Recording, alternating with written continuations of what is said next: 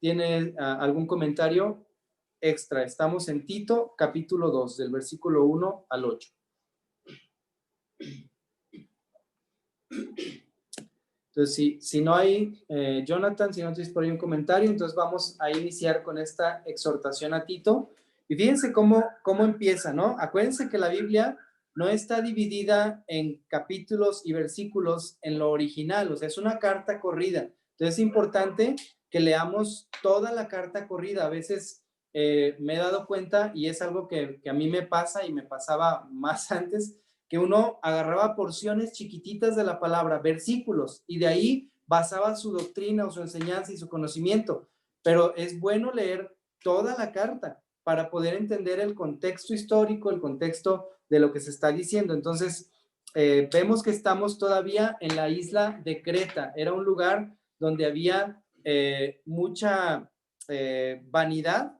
Ahí dice Pablo que los cretenses eran considerados por su propio poeta mentirosos, malas bestias, glotones, ociosos. O sea, era gente de una, digamos, calidad moral baja, y aquí es donde estamos. Entonces, acaba de decir en el capítulo 1 el apóstol Pablo acerca de estos falsos maestros que estaban engañando, y llegamos al versículo 1 del capítulo 2 donde dice, pero tú. Y aquí estamos viendo el contraste, ¿no? Estos maestros hacen todo esto, profesan conocer a Dios, pero lo niegan con los hechos, son abominables y rebeldes, pero tú. Y aquí vemos este contraste. El ministro de Dios debe ser opuesto a los ministros de Satanás, quien vemos en la palabra de Dios que se disfraza como un ángel de luz. Entonces, sí hay una distinción entre un buen siervo de Dios y un ministro de Satanás. Es muy claro. ¿Por qué? Sus obras. Aquí dice que estos hombres estaban reprobados en cuanto a toda buena obra en el último versículo del capítulo 1, y a Tito le dice, pero tú, habla lo que está de acuerdo con la sana doctrina. Entonces, es una labor que cada cristiano debemos hacer. Procura con diligencia presentarte a Dios como obrero, que no tiene de qué avergonzarse, que usa bien la palabra de verdad. Esto lo vemos en 2 de Timoteo 2:15. Entonces, es una determinación sujetarse a la verdad. Preguntas y comentarios de este primer versículo, por favor. Espero que estén estudiando en casa, hermanos. Tenemos que enriquecer este estudio, y es de mucha utilidad cuando los hermanos lo enriquecen con preguntas y comentarios. Entonces, acuérdense, si tienen preguntas o comentarios, pueden levantar su manita virtual o encender su cámara para dialogar. Pero entonces, en este primer versículo nos va a hablar de esto, ¿no? Como dice, habla, tú habla. ¿Qué importancia tiene esto? De repente leemos de corrido y no nos damos cuenta cuando le dice, pero tú habla. O sea, la labor del siervo es hablar. En este sentido, ¿no? Dios escogió que su mensaje a los hombres fuera a través del habla, a través de la palabra, una voz humana hablando de parte de Dios. Vamos a 2 de Corintios 5:20 para que muevan un poquito sus Biblias. Y fíjense cómo nos dice ahí, 2 de Corintios, capítulo 5, y el versículo 20. Dice, así que somos embajadores en nombre de Cristo, como si Dios rogase por medio de nosotros, os rogamos en nombre de Cristo, reconciliaos con Dios. Este es un llamado obviamente para los incrédulos, ¿verdad? Los que están sin Cristo. Y precisamente Dios dejó que la exhortación o el llamado para los creyentes también sea algo verbal. Y aquí le dice Pablo a Tito, pero tú habla. Dios puede usar un texto, ¿no? También aquí lo tenemos en la Biblia, precisamente. La palabra de Dios está escrita, pero ¿cómo irán si no hay quien les predique? Esto es en cuanto a los incrédulos también en Romanos 10:14. Por lo tanto, fíjense en este punto que estamos viendo aquí. Por lo tanto, no debemos esperar que libros, películas, musicales, obras de teatro, aunque tengan un mensaje cristiano, puedan suplir lo que es la predicación y la enseñanza directa de la Biblia. Dice 1 Corintios 1:21 que agradó a Dios salvar a los creyentes por la locura de la predicación. Entonces, esta primera porción nos habla del valor de la palabra, del valor de cómo debemos estar capacitados para presentar, y aquí Pablo le está diciendo a Tito, habla lo que está de acuerdo con la sana doctrina.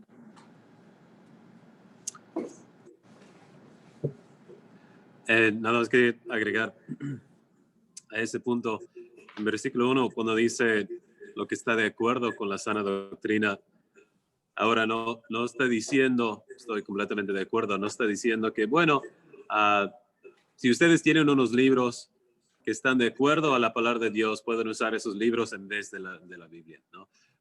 Y esto sucede mucho en muchas iglesias modernas, e incluso en asambleas, entonces no somos exentos a este problema, que personas usan libros no bíblicos, que quizás son buenos libros, que podemos leer y usar en otras ocasiones, pero los usan para las reuniones de la asamblea. Los usan para la enseñanza de la palabra. Pero aquí Pablo, diciendo esto a Tito, no le estaba diciendo, bueno, puedes usar cualquier literatura siempre y cuando está de acuerdo con la sana doctrina. Lo que está diciendo es que tiene que usar la sana doctrina, es decir, tiene que usar la Biblia para poder enseñar a los hermanos. Y algo muy importante para la Asamblea de Guadalajara y otras asambleas es que si nosotros no basamos nuestros comentarios y enseñanzas sobre la palabra, los hermanos no van a crecer. Puede ser que usemos libros de psicología o libros de consejería o cualquier libro que sea útil, que se puede usar en otro contexto. Puede ser que nosotros vamos a tener algo de provecho, pero para poder crecer espiritualmente es necesario tener la palabra de Dios, la palabra misma de Dios, que viene directamente de su boca, no la palabra que viene por medio de otros hombres. Otra vez, comentarios son buenos, libros son buenos, pero para las reuniones de la asamblea, para la enseñanza, para el crecimiento de un creyente, es indispensable tener la palabra misma de Dios. Sí, muchas gracias, Johnny. Y fíjate, me estaba acordando de que una vez me buscó una persona diciendo, oiga, yo quisiera pasar con ustedes a bendecirlos, a predicar algo. El hombre no era, ni lo conocía yo, pero él quería venir a predicar con nosotros y me dejó un video, dice, puede ver mis videos de una predicación. Obviamente, pues yo lo vi nomás para darme cuenta de qué clase de persona era, y en casi 40, 50 minutos de predicación, nunca tomó la Biblia, o sea, nunca citó ni siquiera bien un versículo completo, y esto pasa mucho, ¿no? O sea, obviamente, ¿no? Cuando dice habla, es de acuerdo a la sana doctrina, y creo que hay modas, ¿no? Modas que llegan según el pecado del hombre, como avanza en el mundo, y esta, precisamente pensando en la sana doctrina, cómo se va cambiando muchas veces en muchos grupos de acuerdo a lo que está nuevo, ¿no? La teoría de la evolución cuando salió en los 1800, muchos cristianos se fueron diciendo, es que esto, entonces Dios ya no es cierto que creó el mundo literalmente en 6 días, o sea, esto es poesía.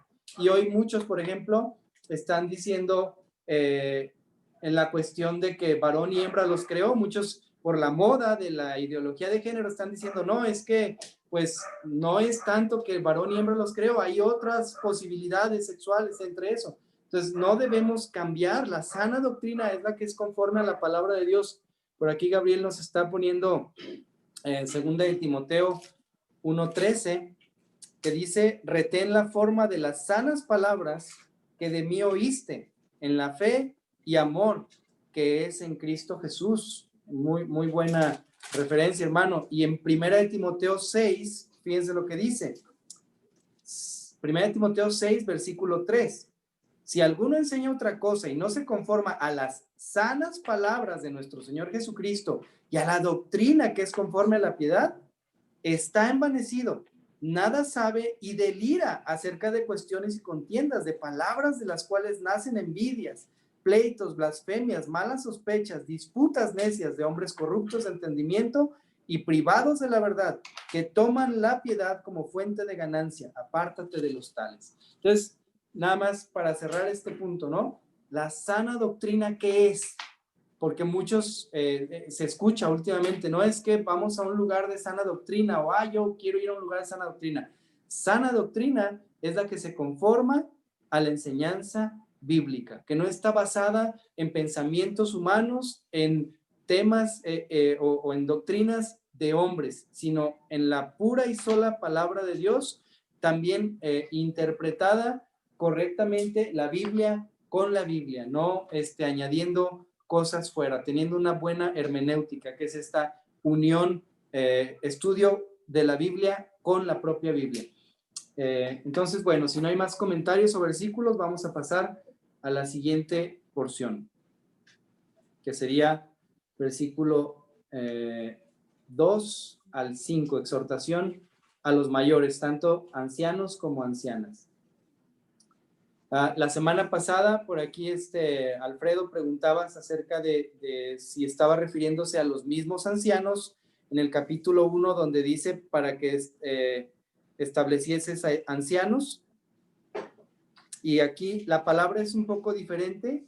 La palabra es para los ancianos en el capítulo 1 es presbúteros y aquí es presbites. No sé si Johnny nos puedes ayudar un poco con eso del griego, pero lo que yo entendí es que de todos modos la palabra presbúteros sí se utiliza para ancianos, ancianos de edad. Entonces, más bien para entender si está hablando de un anciano líder de la asamblea, es decir, pastores u obispos, hay que ver en el contexto, ¿sí? Aquí el contexto es claro porque está hablando de los ancianos, las ancianas, los jóvenes, los siervos, ¿ok? No sé si quieres comentar algo ahí acerca de las palabras en griego, Johnny. Sí, ya dijiste la primera parte, la palabra capítulo 1 y también en 1 Timoteo, la palabra presbúteros o presbíteros, y esto hace referencia al grupo de ancianos, a un anciano como oficio o como trabajo en la asamblea, pero la misma palabra se cambia cuando quieres hablar de una persona que es de una persona de mayor edad, así se dice, ¿no? Y también es igual con las mujeres. Y esto sabemos, aquí es aún más claro cuando lo vemos en el versículo número 3, las ancianas, es otra vez la misma palabra, pero en su versión femenina, ¿no? Entonces, como tenemos en español masculino, femenino, así tenemos esta palabra masculino y femenino. Entonces, cuando el contexto es los varones que van a tener la responsabilidad sobre la asamblea para pastorear, etcétera, es la palabra presbúteros. Pero si hablamos acerca de una persona de mayor edad, sea varón o sea mujer, vamos a usar la palabra que mencionó Ricardo, presbites, y creo que la forma femenina es presbutida, algo así. Pero es masculino y femenino. Y sabemos otra razón por la que sabemos que no está hablando de ancianos, es que en 1 Timoteo hace muy claro, y aquí también hace muy claro, que un anciano presbútero es un anciano responsable sobre la asamblea, es un oficio, un trabajo para un varón exclusivamente.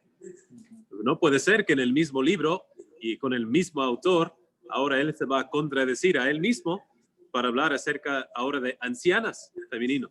No puede ser, sería una contradicción muy obvia y en el mismo libro, los mismos libros. Entonces, nada más, suficiente. Gracias. Entonces, no está hablando aquí de pastores y pastoras, ancianos y ancianas. O sea, son varones a los que Pablo juntó en Éfeso, en Hechos, eran varones, eran los presbíteros, ¿ok? Del presbiterio. Muy bien, entonces vamos a ver qué es esto. Nada más quería agregar, hermano, perdón, nada más para agregar eso, porque en México y acá en Estados Unidos también es muy común ver lo que mencionaste, pastora, ¿no? Aquí hay el pastor y la pastora, más bien en congregaciones carismáticas. Pero en la palabra de Dios nunca encontramos un pastor y su pastora.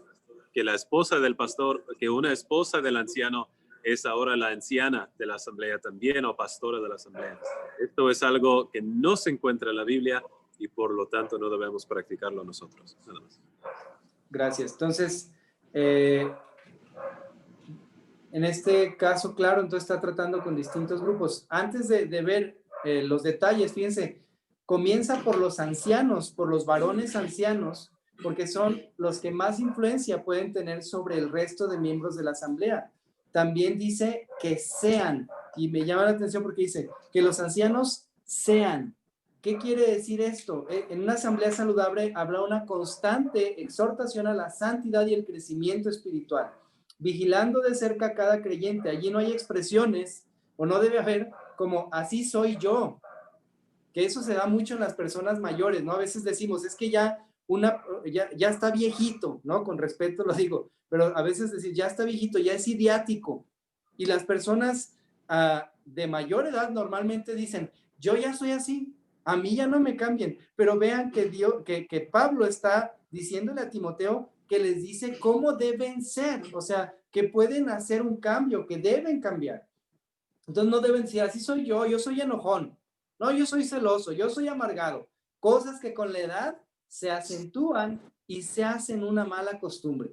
Entonces, un cristiano siempre estará dispuesto a ser amonestado y cambiar, aunque sea uno de los ancianos que están al servicio de los demás hermanos. O sea, cualquier persona en la asamblea tiene que estar dispuesto a ser amonestado, humildemente reconocer su falla y cambiar. Entonces, vamos ahora sí a estos detalles que les dice que los ancianos sean sobrios, serios, prudentes, y la última frase la podemos poner juntas, sanos en la fe, amor y en la paciencia. Entonces, podemos decir que son 4 características que les está exhortando, y vamos a ver cada una de ellas a qué se refiere. La palabra sobrio significa no intoxicado con vino, pero tiene la idea de alguien que vigila su propio carácter y conducta. Es muy triste ver cuando un hombre, aún pasando los años, continúa comportándose como un adolescente en cuanto al dominio de sus impulsos. Entonces no se refiere solamente a no bebedor, que es algo que le dice más específicamente a las mujeres, a las ancianas, pero tiene más que ver, aunque sí lo incluye, con el dominio propio, con el cuidado de sus reacciones, de sus impulsos. No sé si están de acuerdo, y si no, pues me lo comentan. Yo voy a continuar.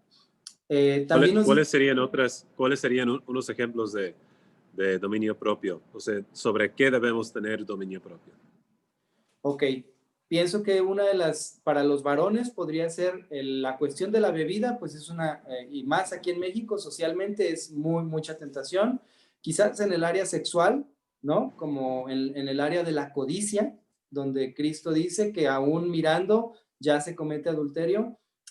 Quizás en el área también del ego, en la cuestión de las reacciones de ira. Creo que los varones somos muy tendientes a reaccionar con ira, explosividad, y esta palabra de que un anciano creyente debe ser sobrio, pienso que tiene que ver con esto. ¿Tienes algo más en mente?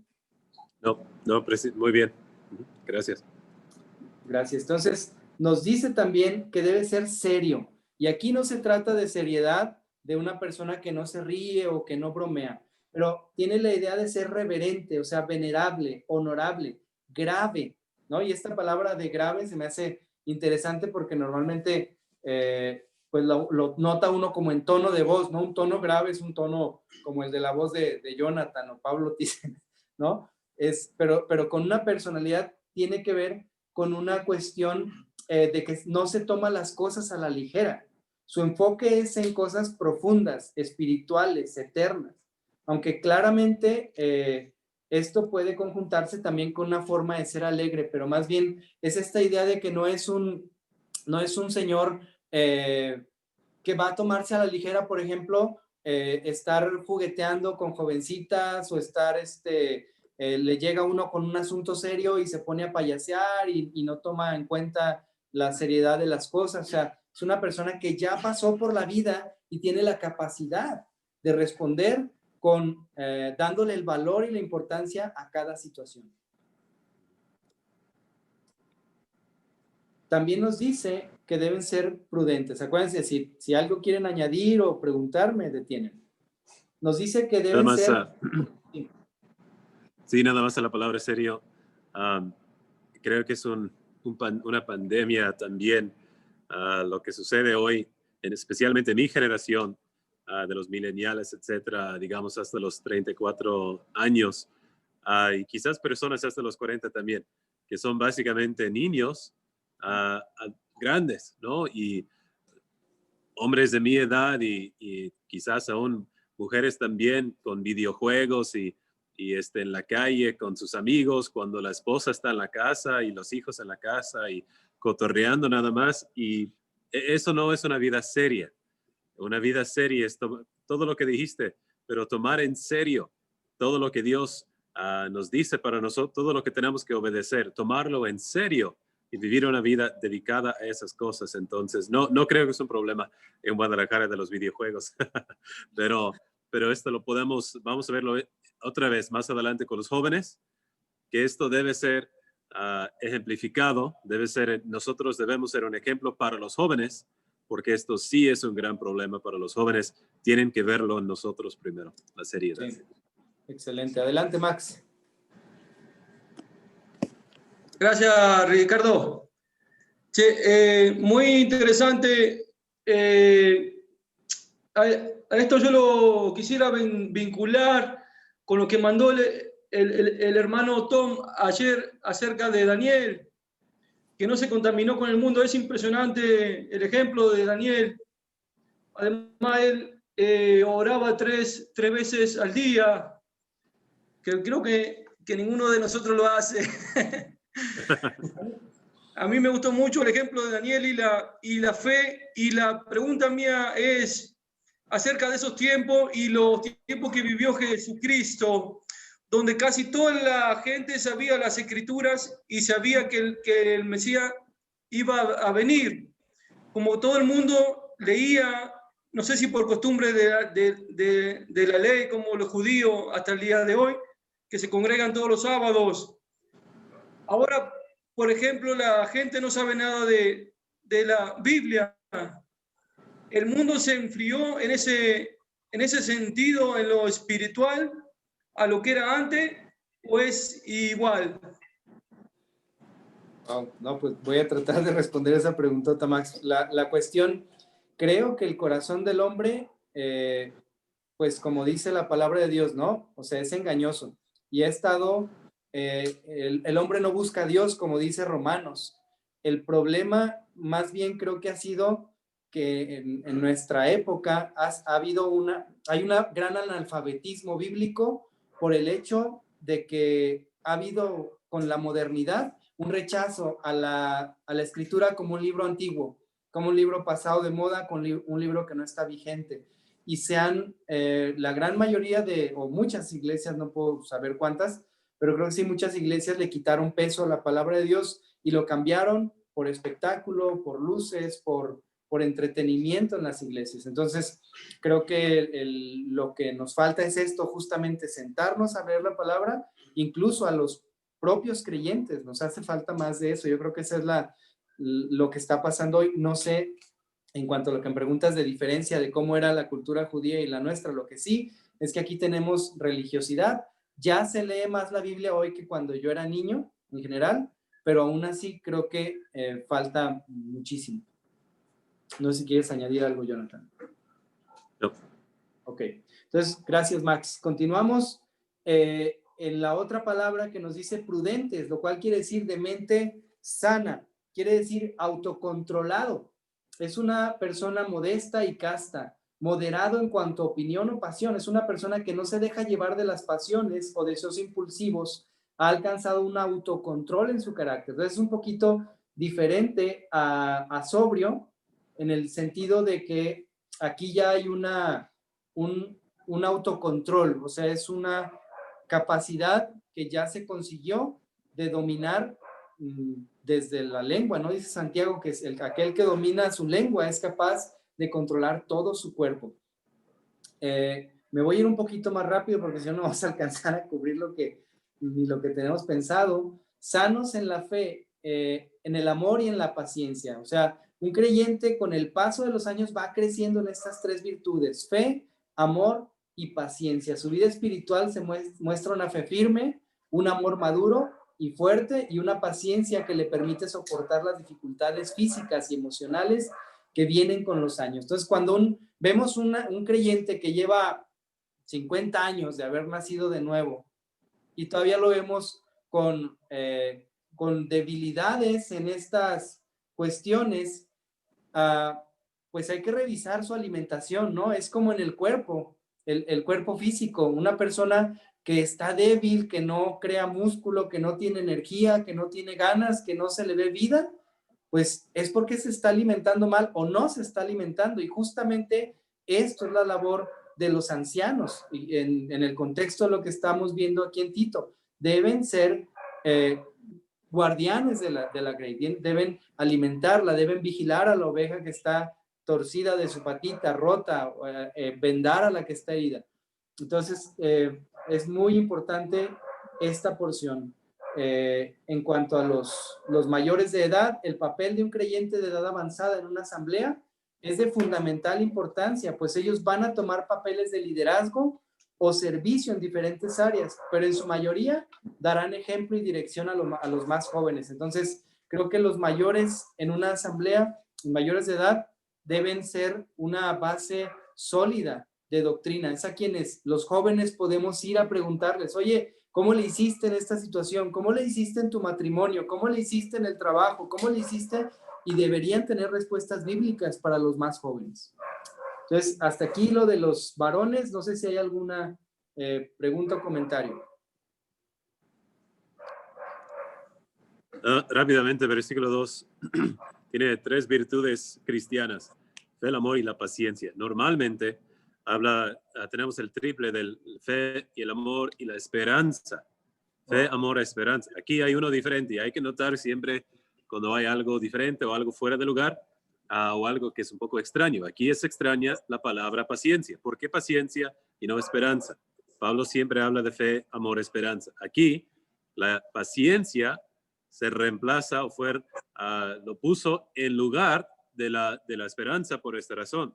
Ellos tenían que tener paciencia con respecto a la venida del Señor y no solo enfocarse en la esperanza de la venida del Señor, pero necesitaban paciencia con todos los herejes y la falsa enseñanza que había en esta asamblea joven. Y cada vez que hay una asamblea joven como la de Guadalajara y la mayoría de las asambleas de México, siempre hay personas alrededor que quieren entrar, que quieren dar falsa enseñanza, que quieren dañar a la asamblea de alguna forma u otra, y uno tiene que tener paciencia por los ataques que van a venir por el enemigo, por Satanás. Entonces aquí enfatizando con estas 3 palabras: sanos en la fe, ningún error con respecto a la fe; sanos en el amor, ningún error con respecto a su amor para con los hermanos, un amor puro; y sanos con respecto a la paciencia, sin error con respecto al esperar, al ser pacientes con la venida del Señor. Entonces hay que notar esa diferencia. Gracias, Johnny. Y quizás también rápidamente lo podemos ligar con Eclesiastés, ¿no? Cuando dice: acuérdate, joven, de tu Creador en los días de tu juventud, antes que vengan los días malos en los cuales digas, he aquí no tengo en ellos contentamiento, donde ya los ojos se oscurecen, los hombros se debilitan, las piernas se encorvan, ya hay más dolencias, hay más problemas y se requiere de más paciencia. Yo creo que de las expresiones más continuas que he visto, por ejemplo, en mi abuelita, que ya va rumbo a los 100 años, es: ay, yo no sé por qué Dios no me lleva. Ay, yo no sé, así como que, abuelita, de verdad ya te quieres ir. Y cuando, o sea, realmente creo que es una carrera ya cuando esta última etapa, pues, porque todo va como más lento. Pero vamos con las ancianas. Dice que deben ser reverentes en su porte. En esta frase aparecen 2 palabras con la idea de un comportamiento externo movido por una condición interna del corazón y la mente, y la otra tiene la idea de lo que es apropiado para un lugar sagrado, o sea, lo que es idóneo para una persona consagrada. Entonces, esto nos dice que lo de reverentes en su porte nos dice que las ancianas deben tener una dignidad en su comportamiento, su conversación, hábitos y vestido, como una expresión externa de su santidad interior. Una asamblea es embellecida y bendecida por este tipo de mujeres, o sea, mujeres que saben cuidar lo que dicen, saben cuidar cómo se visten, saben cuidar cómo se comportan de una manera que exprese santidad, ¿sí? Que es una santidad interna y se expresa hacia afuera en los aspectos de la vida. Ese sería como un porte reverente. Y nos habla de una cuestión que aquí podemos enfocarnos un poquito más, donde dice no calumniadora, y es muy fuerte la palabra que usa aquí porque es la palabra diabolos. Esta misma palabra se utiliza otras veces en la escritura para hablar al diablo, del diablo. Significa alguien que es un falso acusador, es decir, este adjetivo nos habla de cómo las ancianas son advertidas expresamente sobre el uso de su boca. Quizás los varones tenemos más tendencia a reaccionar violentamente, a reaccionar con indignación por nuestro ego, pero probablemente las mujeres tienen esta tentación a la calumnia, el uso de su boca. Una calumnia es una acusación sin fundamento, una acusación con la finalidad de destruir. Probablemente una hermana de edad avanzada con más tiempo libre, quizás ya sin hijos que criar, tenía esta tentación destructiva de empezar a usar su boca de una manera inapropiada, y vemos el llamado por parte de que tenía que ser Tito a estas mujeres, que sean reverentes en su porte, no calumniadoras, pero también no esclavas del vino. Y parece que en esta cultura de Creta había esta tendencia a un exceso en esta área. Y bueno, en nuestro ambiente donde vivimos también, no sabemos qué cantidad de bebida se mueve en diferentes lugares, ¿no? Que quizás en los fines de semana, en algunas zonas, hay mucha bebida y vemos mujeres de todas edades bebiendo, pero es un riesgo latente para muchas personas el alcoholismo, y el ser cristiano no evita que alguien pudiera tener esta clase de tropiezo. Creo que a veces no tenemos mucha conciencia de que el alcohol es una droga y nos quejamos porque, no, allá en Estados Unidos ya legalizaron en muchos lugares la marihuana, y aquí en México ya están en ese camino y ya empezaron. Dijimos, ay, no, la marihuana no, pero el alcohol también ahí está y es una droga, y aunque está socialmente aceptado, no deja de ser una droga. Entonces, por eso hay esta exhortación constante, tanto a los ancianos que dirigen la asamblea, como a estos ancianos mayores que quizás también puedan utilizarlo, puedan estarlo utilizando, o en aquel entonces, como una forma de apaciguar dolores o algún aspecto, no sé de qué tipo, pero hay ese riesgo de la esclavitud al vino. Es una palabra fuerte. Entonces, los cristianos debemos ser muy cuidadosos respecto a lo que aprobamos en nuestras vidas y en nuestras reuniones sociales, ¿no? Aquí está hablando en el contexto de la asamblea, pues obviamente nunca, pero en nuestras reuniones sociales en casa, ¿qué aprobamos? ¿Cuánto permitimos que se tome? Acuérdense que los ancianos y las ancianas, los están viendo los más chicos. Y al estarlos viendo los más jóvenes, obviamente que hay una conducta que se va a imitar. Entonces, no sé si hay comentarios hasta aquí, si no, continúo. Nada más que a veces leemos versículos como este y pensamos que las hermanas tienen que ser como monjas, ¿no? Con sus manos así todos los días y todas cubiertas, como si fueran musulmanes, y eso no es tanto la enseñanza, aunque como mencionaste, sí es importante tener la forma de vestir, sí es muy importante, pero el punto es más bien su carácter, reverente en su carácter, y habla de ser digna de respeto. Y cada hermana aquí puede pensar en su forma de actuar con varones, con otras mujeres, con la familia, con el público, y pueden hacerse la pregunta, mi forma de portarme es digno de respeto o no. Y si es digno de respeto, puede decir que es una mujer reverente, pero si está en la calle y pues portándose mal con otros y enojándose siempre con los vecinos y enojándose con la familia y siempre en pleitos y este tipo de cosas, eso no es reverencia. Entonces, sí, no tanto una monja, pero reverencia sí. Sí, y se complementa con esta parte, maestras del bien. Esta cualidad en las mujeres mayores se desarrolla también con los años. Estas mujeres ya criaron hijos, resolvieron conflictos con sus esposos, pasaron por momentos difíciles de la mano de su Señor. Hay sabiduría acumulada y conocimiento bíblico. Ellas tienen la capacidad de ser maestras del bien. Esto es muy hermoso. Cuánto bien le hacen a la Asamblea de Mujeres así, no solo por sus preceptos, sino también por su ejemplo.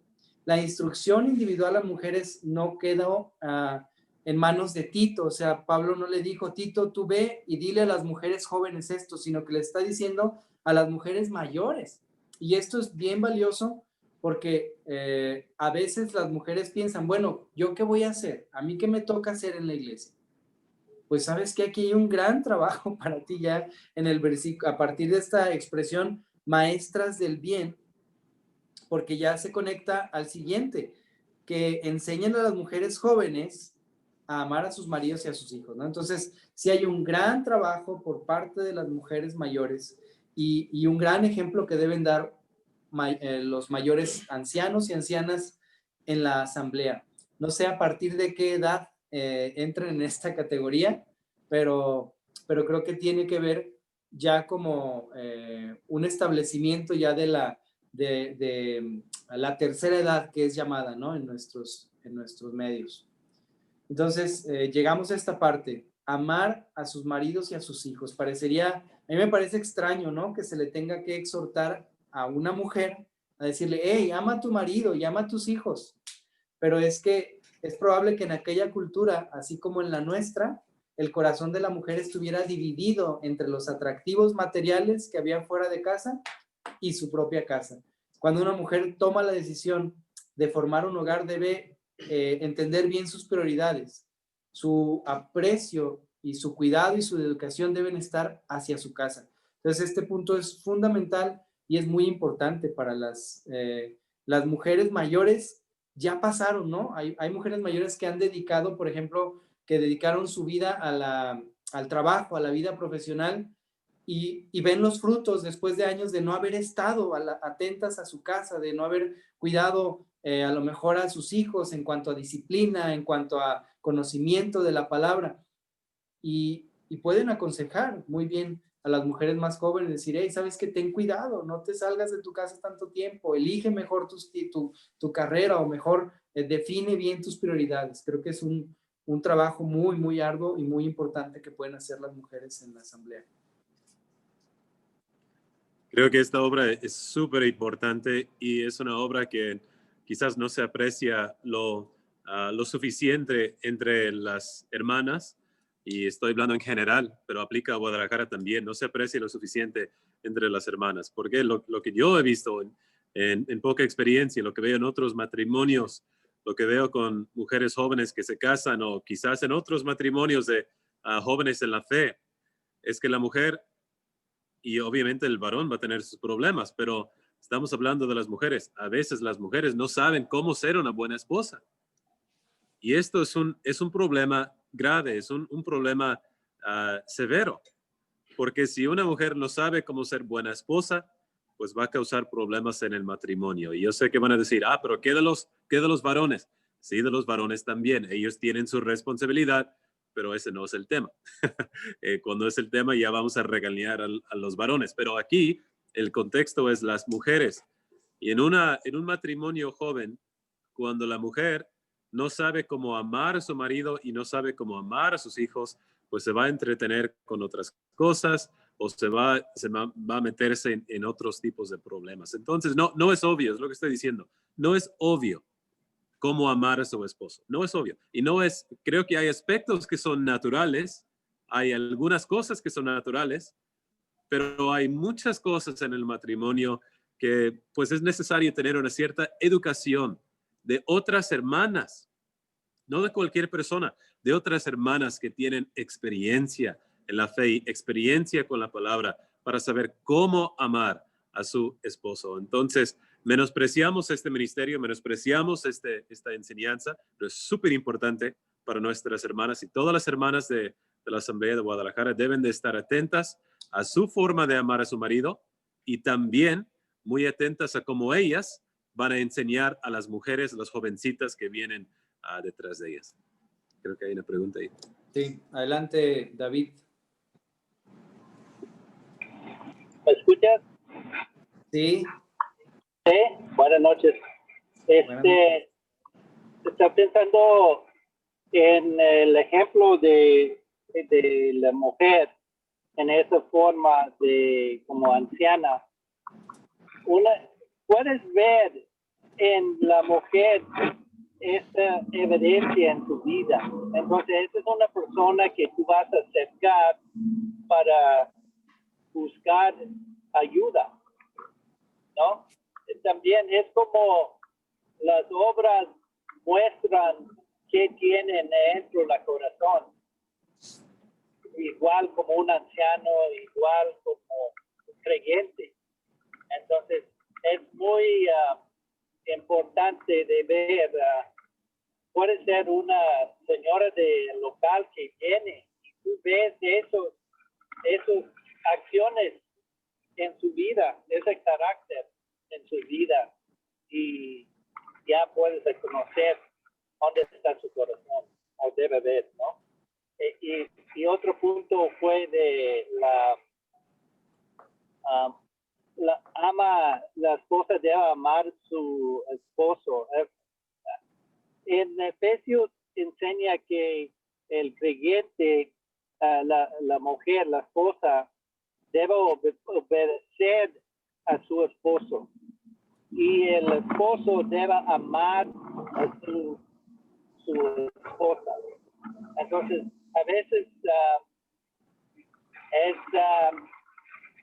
difícil para ser sometido a su esposo a veces, pero ella sigue sabiendo que está sometiendo al Señor, Dios primero. Y eso se refleja con la asamblea, pero también se refleja en su esposo. Él también. Bueno, ahí estamos. Sí, muchas gracias. Gracias, David. Entonces, vamos a continuar. Ellas deben ser prudentes, castas, cuidadosas de su casa, buenas, sujetas a sus maridos, para que la palabra de Dios no sea blasfemada. O sea, es todo un tema. Estoy en el versículo 5.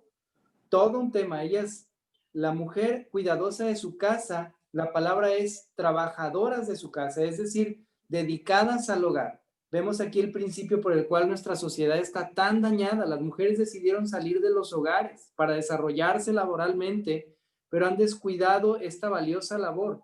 La mujer cristiana conoce el valor de mantener en orden y funcionamiento correcto su hogar. Es un trabajo arduo y todos, incluso el marido, debemos participar. Pero la responsabilidad de gobernar esa área es de la mujer. No gobernar sobre el marido, ¿sí? Pero dice Pablo que gobiernen bien sus hijos y sus casas, o sea, que tengan la atención necesaria. O sea, a veces no se entiende, pero el trabajo de casa es un trabajo de tiempo completo. Y creo que nos hace falta a los maridos remunerar mejor ese trabajo, no necesariamente económicamente, aunque también es bueno darle un dinero a la esposa. Creo que es algo que voy a tener que empezar a practicar para que ella lo tenga, para que ella lo administre y lo use para sí, como si fuera un sueldo, pero principalmente el respeto, o sea, el honor por su trabajo, el respaldo. Creo que a veces los hombres somos culpables de no respaldar a nuestras esposas cuando están corrigiendo a los hijos, o cuando dan una orden, que un hijo, oye, lava los trastes, y los papás, los varones, no tenemos el cuidado de acompañar esa orden y hacer que se cumpla, o sea, respaldar a la esposa en este trabajo que es pesado. De verdad creo que a veces no entendemos los varones lo pesado que es el trabajo de casa, y debemos amar a nuestras esposas también, pero no estamos hablando de eso, como dice. Entonces, el punto es ese, ¿no? Ellas deben tener ese cuidado, pero también nos dice que deben de ser buenas, y aquí la palabra más bien quiere decir como de buen carácter, quizás amables. Una mujer creyente sometida al pesado trabajo hogareño debe esforzarse por mantener la amabilidad con su familia. Es difícil, ¿no? Al ver que tienen a los niños aquí encima, tuvieron que ir al mandado, tuvieron que arreglar la casa, y luego llega uno y dice, sírveme, pues va a ser difícil para la mujer contestar amablemente, pero es un mandato. es una enseñanza que Dios le está pidiendo. También en este ámbito está sujetas a sus maridos. Y este sí podría ser un solo y profundo tema de estudio, pero aquí la palabra indica sumisión, no una sumisión irracional, sino piadosa, de acuerdo a los parámetros divinos, que dice es necesario obedecer a Dios antes que a los hombres, pero al fin es una subordinación con sabiduría y amor. Sea creyente o no el esposo, la mujer cristiana debe sujetarse a él, no queriendo tomar una posición de superioridad y liderazgo. Esto se opone por completo a toda la ideología feminista actual, pero debemos permanecer fieles a la palabra de Dios, no a la cultura.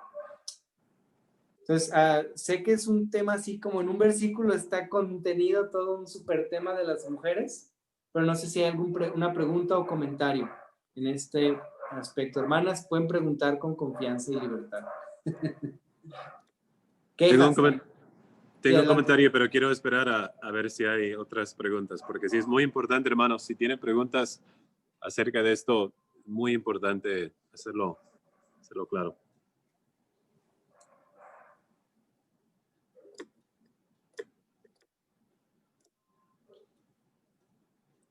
No hay. Bueno. Las hermanas están muy conscientes de esa palabra y están obedientes a ella. Sí, solo quería agregar, el movimiento feminista tiene una presuposición, ¿ok?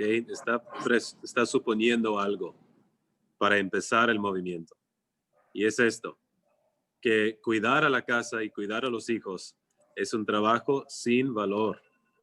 Esa es la presuposición, que es un trabajo sin valor y que el trabajo de la ama de casa, que es un trabajo que no tiene valor delante de Dios, no tiene valor delante de otras mujeres, no tiene valor delante de otras personas. Por lo tanto, tienen que entrar en esta batalla para llegar a la igualdad con los varones. Y algo positivo de este movimiento, por lo menos, es que las mujeres quizás en general puede ser que tienen más dignidad o hay más respeto para la mujer, aunque aún esto se puede debatir, ¿no? Pero por lo menos en teoría hay más dignidad y más respeto para la mujer. Pero lo que han hecho es que han reemplazado este trabajo que Dios las ha dado para tener el trabajo de un varón, ¿ok? Y el otro problema es que ellos, al buscar igualdad con los varones, han confundido igualdad en valor con igualdad en cuanto a su papel, ¿ok? Y estas son dos cosas totalmente distintas. Y hay quizás jovencitas que están escuchando, hay que tener esto muy claro, y para todas mis hermanas también hay que escuchar muy bien. Igualdad en valor es muy diferente a igualdad en papel. Y hay que hacer esa distinción, muy firme esa distinción. Igualdad en valor es distinto a igualdad en papel. La igualdad entre varón y mujer, pues es bíblico. La mujer y el varón tienen el mismo valor delante de Dios, pero el papel es diferente y el movimiento feminista ha querido unir esas dos cosas. Unidad en valor y también unidad en valor significa unidad en papel. Bíblicamente eso es ilógico, eso no es razonable, eso no es correcto. Igualdad en valor, pero no igualdad en papel. Hay un papel diferente para la mujer y tiene ese papel que ellas tienen, sí es igual en valor delante de Dios que el papel que tiene el varón. Entonces, hermanas, deben ser, quiero decir orgullosas, quizás no es la palabra correcta, pero deben tener confianza y deben de ver deben de ver honor en el trabajo que Dios las ha dado, el papel que tienen de ser ama de casa. Es algo del cual quizás podamos decir, deben ser orgullosas. Pero bueno, ya es todo lo que puedo decir, no hay mucho tiempo. Sí, gracias, Johnny. Que no digan, es que yo no hago nada. No. Nomás me la paso cuidando hijos, lavando trastes, limpiando la casa. Eso es una idea satánica. Decir, yo no hago nada, solamente cuido mi casa. ¿Y a mi marido? Es lo que Dios está pidiendo de ti, si ese es el momento que te está tocando. Y si ya te tocó dejar ir a los hijos y ya estás en una posición de abuela, digamos, lo que te toca es cuidar y guiar a las mujeres más jóvenes que están debajo de ti. Entonces es una gran labor, y que ese descuido justamente ha hecho en nuestros días esto que dice, para que la palabra, en el versículo 5 al final, para que la palabra de Dios no sea blasfemada. Hoy en día la palabra de Dios ha sido blasfemada, que quiere decir hablar mal de algo sagrado. Los incrédulos han hablado mal de la palabra de Dios en nuestros días porque los creyentes están viviendo vidas desastrosas.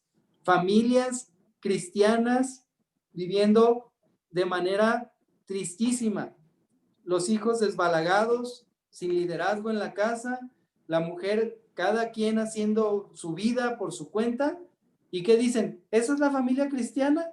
No, pues ¿para qué queremos familias? Mejor unión libre o lo que sea. O sea, la palabra de Dios ha sido blasfemada porque las mujeres han dejado este labor. No estoy hablando específicamente de nadie de las hermanas aquí, pero en general, la mujer de nuestros días, incluso muchas de las que se llaman cristianas, han menospreciado ese papel, y es tiempo de tomarle su valor. Y querida hermana, no digas solamente estoy en la casa. Es algo precioso para Dios lo que estás haciendo. Y aquí voy a terminar con las mujeres. De todos modos, si hay preguntas y comentarios, a ver si hay más tiempo delante, porque hay mucho que decir todavía. Entonces, nada más quiero terminar esta sección diciendo que lo que está pasando hoy es por el abandono de la casa, tanto por hombres como por mujeres, el abandono del evangelio y la sencilla vida cristiana de piedad. Eso es lo que está destruyendo nuestra sociedad. En el versículo 6 dice, exhorta asimismo a los jóvenes a que sean prudentes. Y vemos una diferencia. La palabra es un poco más intensa que habla lo que está bien, lo que está de acuerdo a la sana doctrina, es exhorta, y nos habla de llamarlos cerca. En esta área Tito sí podía proceder con más confianza e intensidad, precisamente por eso, ¿no? A Tito no se le manda hablarle a las mujeres jóvenes respecto a sus detalles de la casa. Eso era una labor más de las ancianas, pero a Tito sí, a los hombres jóvenes específicamente, le habla de que sean sobrios, igual, autocontrolados, ejercitando el autocontrol, sano en juicio. En esta etapa es donde, en la juventud, donde se toman decisiones sin cuidado, las emociones se expresan sin control. Los jóvenes cristianos deben ser exhortados a avanzar hacia la madurez. Podemos ver la importancia de la sobriedad en todas las etapas. A todos se los dice que deben ser sobrios, desde los más grandes hasta los más jóvenes.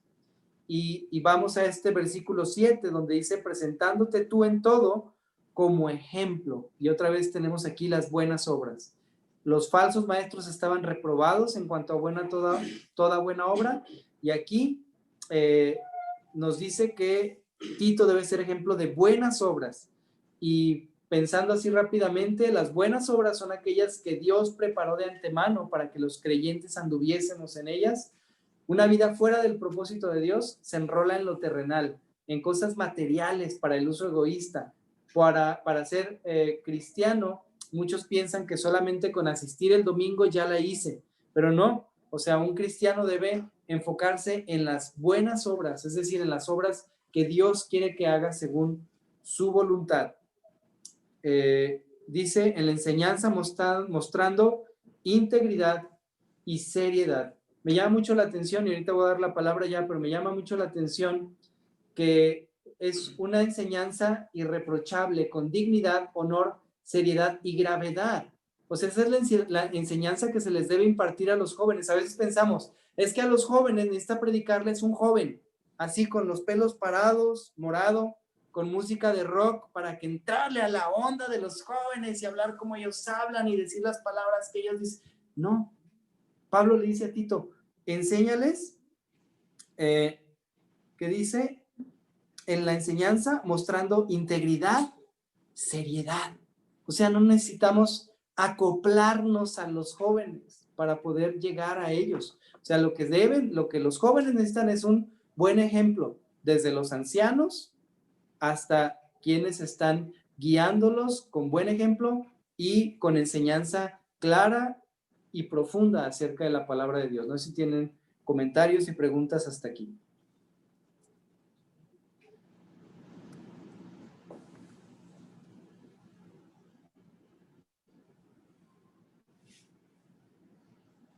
¿Qué opinas de eso como joven, Johnny? Ya no tanto, Se pero decían todavía que, caes en esa categoría. pues decían que para los griegos eran jóvenes hasta los 40, entonces, Aquí les llamamos todavía joven. chavorrucos. No, muy bien. Quizás una aclaración que debemos hacer. ¿Es un pecado si una mujer trabaja? ¿Es pregunta? Sí, Ah, te pregunto a ti. ok. Es que pareció afirmación. No. No podemos decir así de tajantemente, es pecado que una mujer trabaje. Definitivamente no. Pero sí debemos analizar la situación. O sea, creo que cada caso tiene lo que podríamos hablar a cada mujer, pero creo que el principio es la prioridad de la mujer es su casa. O sea, lo deben decidir. Cuando una mujer se va a casar, y escuchen todas las jovencitas que aún no se casan, cuando una mujer se va a casar, tiene que entender que su prioridad número uno va a ser su casa. Su carrera va a pasar a un plano distintos, quizás en otra etapa, quizás más adelante.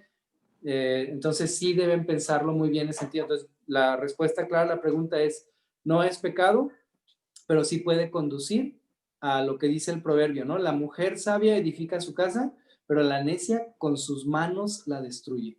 Entonces, así contestaría a tu pregunta, hermano. Muy bien. Bien, entonces, David, adelante, tienes un comentario más.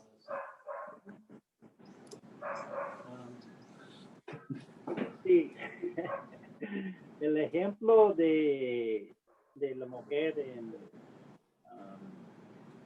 si puede trabajar o no puede trabajar,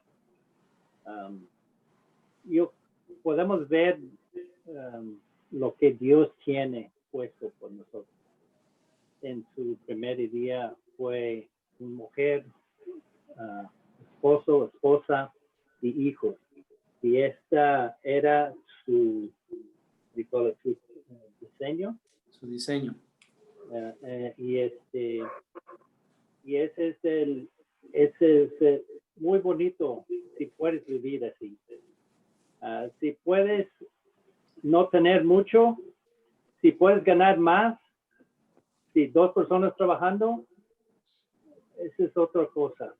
Pero si la mujer, si vas a tener niños y la mujer es el plan de Dios y el bonito vida es que la mujer está creciendo los niños en la casa y así poniendo un ejemplo de una familia.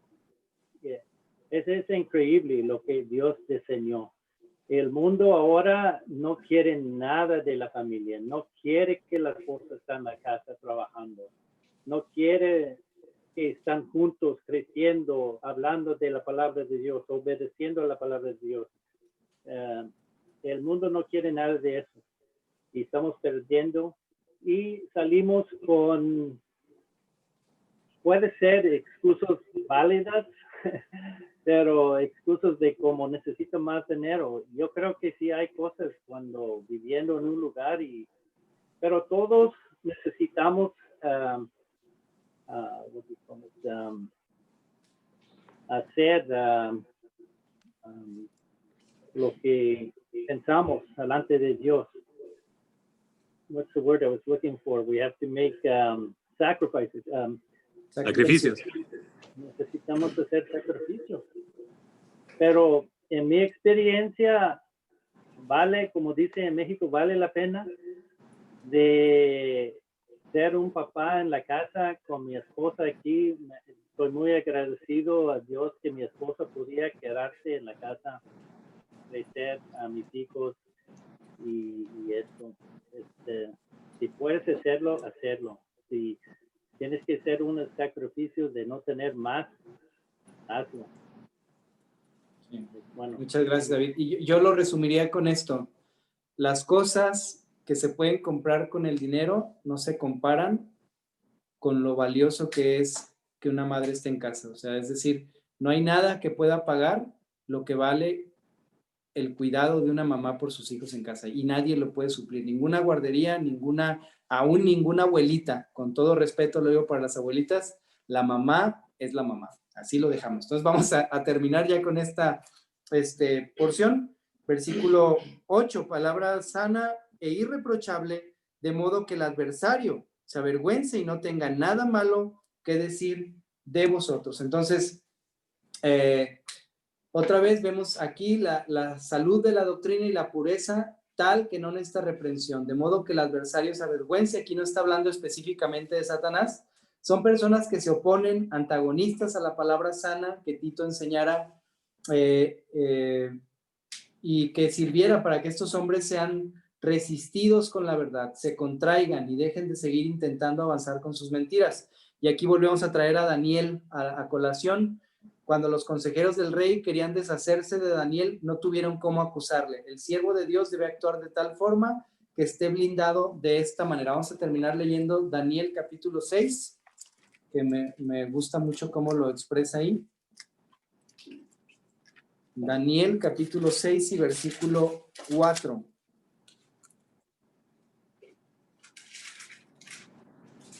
Dice, entonces los gobernantes y sátrapas buscaban ocasión para acusar a Daniel en lo relacionado al reino, mas no podían hallar ocasión alguna o falta, porque él era fiel, y ningún vicio ni falta fue hallado en él. Entonces, ese es el tipo de persona que debía ser Tito, y es el tipo de persona que deberíamos ser cada creyente. A eso debemos aspirar, que alguien venga a mi familia, a mi casa, a quedarse conmigo y no halle falta. No que sea perfecto, obviamente, pero que pueda tener una clara muestra de cómo es un hogar cristiano, cómo se vive, cómo se debe tratar a la esposa, cómo la esposa debe amar a su marido y a sus hijos, cómo, si soy un anciano o una anciana, cómo debo comportarme, mi porte, mi hablar, mi vivir. O sea, somos, como dice Pablo, cartas abiertas, leídas por todos los hombres. Y ese debe ser nuestro esfuerzo de cada uno en lo particular, el que la palabra de Dios no sea blasfemada por mi culpa, por mi falta de disciplina, por mi pereza, por mi falta de búsqueda del Señor. Entonces, hermanos, muchas gracias por sus comentarios, su ayuda. Dejo para comentarios finales. Adelante, David. bueno, en la mañana oré con el Señor que me da oportunidad de hablar de Él ahora, porque en estos tiempos no está mucha oportunidad. Entonces, antes de salir del trabajo, como acaba de salir ahorita, pero llegó el dueño, es un joven, y él me dijo, él empezó diciéndome que estaba en la casa de su mamá y que su mamá dijo que él debe regresar a la iglesia, a los meetings. Yo dije, bueno, ¿y qué iglesia vas? Dice, bueno, mis papás son testigos de Jehová. Entonces, él me dijo, bueno, me salió hace muchos años, pero son buena gente. Entonces, tuvo la oportunidad de hablar de Cristo, de la salvación. Pero yo estaba pensando, mi testimonio en todo un mes trabajando en su casa, esa va a reflejar mis palabras. Entonces, tenemos que cuidar. Y muchas veces llegan oportunidades de hacer cosas que abajo como chuecas, ¿no? Entonces es muy importante de tener esto testigo delante de la gente, porque cuando yo hable de Cristo, no quiere desfamar la palabra, no quiere llegar como yo soy un creyente, pero sí, pues ni modo, hay que. Entonces es muy importante me daba gracias a Dios que tuvo esa oportunidad. Y yo le dije, oré en la mañana que Dios me iba a dar una oportunidad y tú me hablaste y ahorita salió. Qué bueno. Entonces, sí. Gracias. Esa parte la vamos a ver la próxima semana. Siervos, los siervos, las personas, los cristianos trabajando para otras personas, vamos a ver como una aplicación la próxima semana. Pues muchas gracias a todos, gracias por conectarse, por sus aportaciones. Max, ¿puedes terminar con oración, por favor? Max, ¿sí me escuchas? Parece que está congelado. Bueno, sí, ahí está. Sí. Gracias, Max. Adelante.